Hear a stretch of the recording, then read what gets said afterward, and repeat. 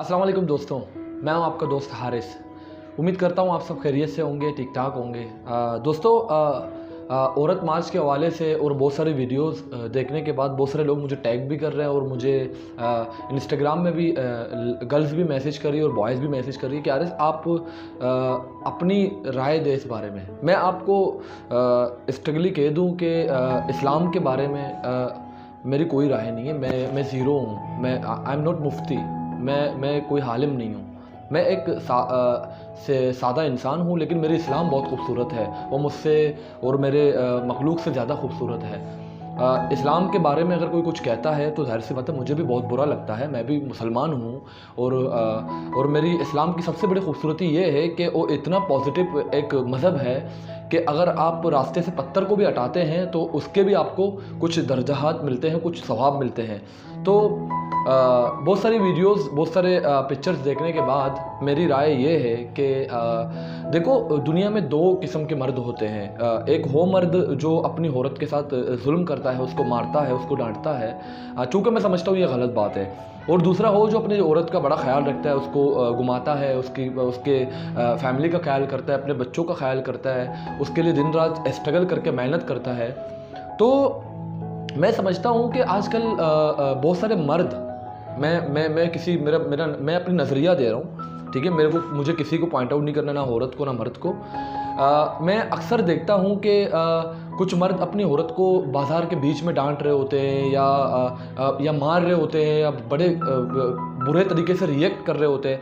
देखो, मैं आपको एक बात बता दूं, ज़िंदगी में कंप्रोमाइज़ इज़ वेरी इंपॉर्टेंट। आपको कंप्रोमाइज़ करना पड़ता है चीज़ों को। कंप्रोमाइज़ अगर आप करोगे ना, अगर आप शादी करने के बाद आपने ये सोच लिया कि आपको कंप्रोमाइज़ करना है, तो आप बहुत कामयाब रहोगे। देखो, शादी करने के बाद बहुत सारे लोग बोलते हैं, लोग परेशान हो जाते हैं। ज़िंदगी में दो किस्म की चीज़ें होती हैं, एक गम है और दूसरा खुशी है।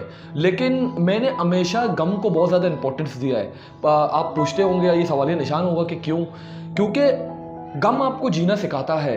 गम आपको ये याद दिलवाता है कि आपकी औकात क्या है। गम आपको ये समझाता है कि आपके अंदर क्या है वह। लेकिन खुशी में आप इस तरह मगन हो जाते हैं, इस तरह जो है ना अपनी दुनिया में खो जाते हैं कि आप लोगों को हर्ट करना और लोगों के साथ गलत बात करना या उनको जो है ना पॉइंट आउट करना, ये नॉर्मल चीज़ें हो जाती है। लेकिन खुदा ने गम का लाना इसलिए इम्पोर्टेंस दिया है, गम को इसलिए लाना ज़रूरी समझा है क्योंकि गम में आप खुदा को भी याद करते हैं और खुशी में आप भूल जाते हैं। मैंने अक्सर लोगों को देखो, खुशी में हो नमाज की तरफ उस तरह मुतवज्जह नहीं होते जिस तरह वो अगर गम में आ जाए तो बोले यार अब तो सुकून तो सिर्फ जो है ना कुरान में है या मस्जिद में है। इस तरह के लोग मैंने बहुत सारे अक्सर मुझे मार्केट में मिलते हैं, क्योंकि मेरा फील्ड जो है एज ए एम्बेसडर मैं हर कंपनी के साथ काम करता हूँ। तो मैं ये समझता हूँ कि यार मैं अगर अपनी राय दूँ तो मेरी राय है कि खुदा मेरा बहुत अच्छा दोस्त है। We are good friends. मैं खुद नहीं जाता उसके पास। वो मुझे कहता है कि रात को 3 बजे तू मेरे पास आ जा, मैं तुझसे मिलूंगा। लेकिन मेरे पास टाइम ही नहीं है। मैं रात को 3 बजे टिकटॉक यूज़ कर रहा हूँ, मैं रात को 3 बजे अपने आइडियाज़ क्रिएट कर रहा हूँ, मैं रात को 3 बजे अपने टिकटॉक क्या नाम है फेसबुक वीडियोज़ देख रहा हूँ। मेरे पास टाइम ही नहीं है मेरे दोस्त के लिए। समझ रहे हो? तो फिर यार अल्लाह ताला ने हर चीज़ को आसान किया हुआ है, हर चीज़ को सिंपल किया हुआ है। लेकिन अफसोस की बात है कि हमारे माशरे में लोग उसको पढ़ते नहीं हैं। कुछ बार की पेंडिंग की वजह से जो मुंह में आए अब अल्लाह भी देगा और नबी भी देगा। मतलब बहुत बुरी बात है, बहुत गलत बात है। मैं किसी को पॉइंट आउट नहीं कर रहा, मेरा कोई किसी के साथ मेरा कोई पर्सनल नहीं है। लेकिन मेरी नज़रिया ये है कि आप कभी दोस्ती करके देख लें उससे, कभी आप उसके पास जाएं और आप देखें, आप फ्रॉड नहीं करें, चोरी ना करें, किसी की दिल आज़ारी ना करें, एक कंप्लीट इंसान बने। एक कंप्लीट इंसान बहुत ज़्यादा खुश होता है अपनी ज़िंदगी में। हाँ, अप डाउन आते हैं ज़िंदगी में, मैंने आपको जिस तरह कहा, गम भी आते हैं, परेशानी भी आती है, लेकिन मज़ा तब आता है जब उससे फाइट करें आप। जब जो इंसान गम के साथ फाइट करता है ना, वो इंसान हमेशा कामयाब रहता है। और मैं बोलता हूँ गम बहुत ज़रूरी है। मैंने बहुत गम देखे अपनी ज़िंदगी में, लेकिन उनको सर्वाइव करना, उनके साथ फाइट करना, it is very important for everyone. एक चीज़ के बड़ा ख़िलाफ़ हूँ, वो ये है कि अगर जैसे मिसाल के तौर पर बहुत सारे जो है ना हस्बैंड वाइफ काम करते हैं, ऑफिस में काम करते हैं, अलग अलग ऑफिस में काम करते हैं। अगर मैं ऑफिस से 5 बजे आता हूँ या 6 बजे आता हूँ, अगर वो भी आती है ऑफिस से, तो मैं इसको डायरेक्टली कहता हूँ कि चाय बना दो। अगर वो चाय बनाती है तो अचानक मेरा समोसे का भी मूड हो जाता है। तो लेकिन मैं उसको नहीं कहूँ, क्योंकि अगर वो भी ऑफिस से आई है, आप भी ऑफिस से आप कोलिब्रेट कर रहे हो ना, घर को चला रहे हो, कंप्रोमाइज़ कर रहे हो, ठीक है। लेकिन अगर वो चाय बना रही तो आप समोसा बना लो यार, अगर वो झाड़ू लगा रही है तो आप इस्त्री कर लो। ये कंप्रोमाइज़ होता है ज़िंदगी यार, ज़िंदगी को कंप्रोमाइज़ करना इज़ वेरी इंपॉर्टेंट यार, वो भी तो इंसान है। तुम अगर इस्लाम की जो है ना मिसाल देते हो, तो इस्लाम में बिल्कुल ये नहीं है कि आप किसी इंसान के साथ जुल्म करो, उसके साथ नाजायज़ करो, ऐसा बिल्कुल नहीं है, ठीक है।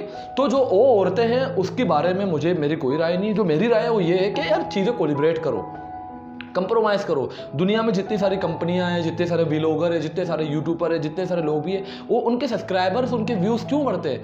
दे कोलिब्रेट, वो कोलिब्रेट करते चीज़ों को यार। मियाँ हस्बैंड वाइफ भी अगर कोलिब्रेट करे चीज़ों को, यार आज अगर मेरे पास पैसे नहीं है तो तुम दाल खा लो ना।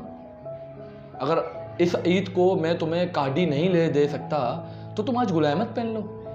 अगर तुम गुल अहमद नहीं पहन सकते तो यार गुल अहमद तो बोल्डन मार्केट में भी तो है, वो पहन के अपने घर पे खुद सी लो, खुद कोई क्रिएटिव एक इंसान के पास जाओ, तुम्हें इससे अच्छा सीख के देगा।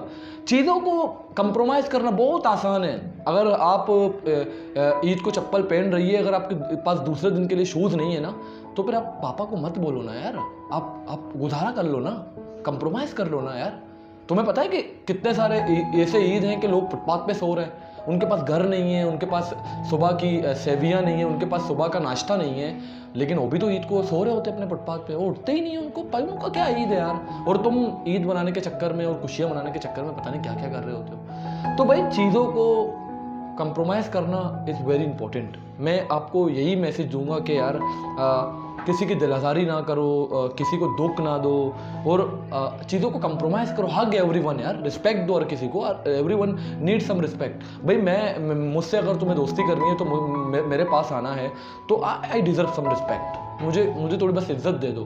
बाकी पैसे, बहुत सारी जो है ना बड़ी बड़ी गाड़ियाँ, मुझे इसकी ज़रूरत नहीं है। मुझे अपने परफॉर्मेंस अच्छा करना है, मुझे एक अच्छा इंसान बनना है कंप्लीट। मैं अपनी ज़िंदगी को एंजॉय करना चाहता हूँ, लेकिन एक अच्छे तरीके से, ना कि किसी की मैं दिल आज़ारी करूँ, ना कि चोरी करूँ, ना गलत काम करूँ।